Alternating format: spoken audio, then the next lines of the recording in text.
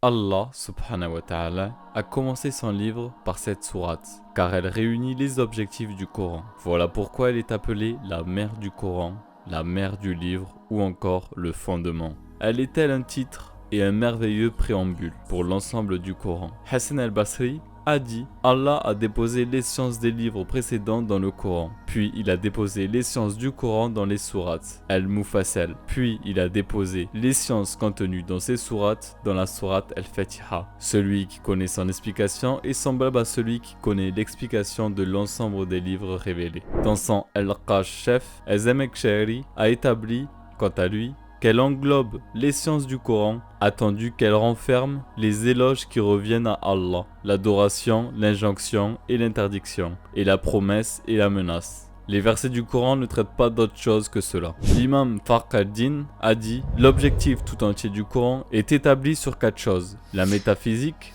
la vie après la mort, les prophéties et la confirmation du décret et de l'arrêt. Al-Qada wa Al-Qadar. Sa parole, louange à Allah, Seigneur des mondes, indique la métaphysique. Sa parole, souverain au jour de la rétribution, indique l'annulation du fatalisme et la confirmation que tout se déroule selon le décret et de l'arrêt d'Allah. Sa parole, guide-nous sur le chemin droit, jusqu'à la fin de la sourate, indique la confirmation du décret et des prophéties. Ainsi, cette sourate englobe les 4 objectifs qui constituent le but le plus grand et le plus majestueux du Coran. De son côté, Al-Baydawi a dit dans son Tasfir, cette sourate englobe les sagesses théoriques et les jugements pratiques correspondant au cheminement sur la voie droite, ainsi que les informations sur les degrés des bienheureux et des malheureux. At-Tibi a dit, elle contient 4 types de sciences, qui sont le mobile, manette de la religion. Premièrement, la science des fondements, la quintessence de la connaissance d'Allah subhanahu wa ta'ala et de ses attributs. C'est ce à quoi renvoie sa parole,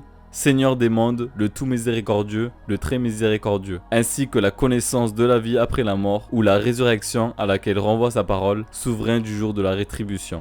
Deuxièmement, une science permettant d'aboutir à la perfection. Cette science est l'éthique. La partie la plus sublime consiste en l'arrivée auprès de la présence absolue, le refuge dans le voisinage de celui qui est le seul, l'indivisible, et le cheminement dans la voie de la droiture. C'est ce qu'indique sa parole, ceux que tu as comblés de tes bienfaits, et non pas ceux qui ont encouru ta colère et qui se sont égarés. Puis il a dit, l'ensemble du Coran détaille ce qui est résumé dans la sourate Al-Fatiha. En effet, celle-ci englobe ce qui est détaillé dans le Coran. Elle ouvre le révélé, le Coran. Or, la norme rhétorique veut qu'elle contienne l'objet pour lequel le Coran a été descendu. Voilà pourquoi il ne convient pas de restreindre ces termes dès lors qu'on peut leur conférer un sens absolu. Al-Azali a dit dans son livre Kawas al-Qur'an, les objectifs du Coran sont au nombre de 6. Les 3 premiers sont importants, les 3 autres sont complémentaires. Le premier groupe d'objectifs concerne la définition de ce à quoi le Coran, appelle, comme indiqué au début de la sourate, la définition du chemin droit, lequel y est explicite, et la définition de la situation au moment du retour à lui,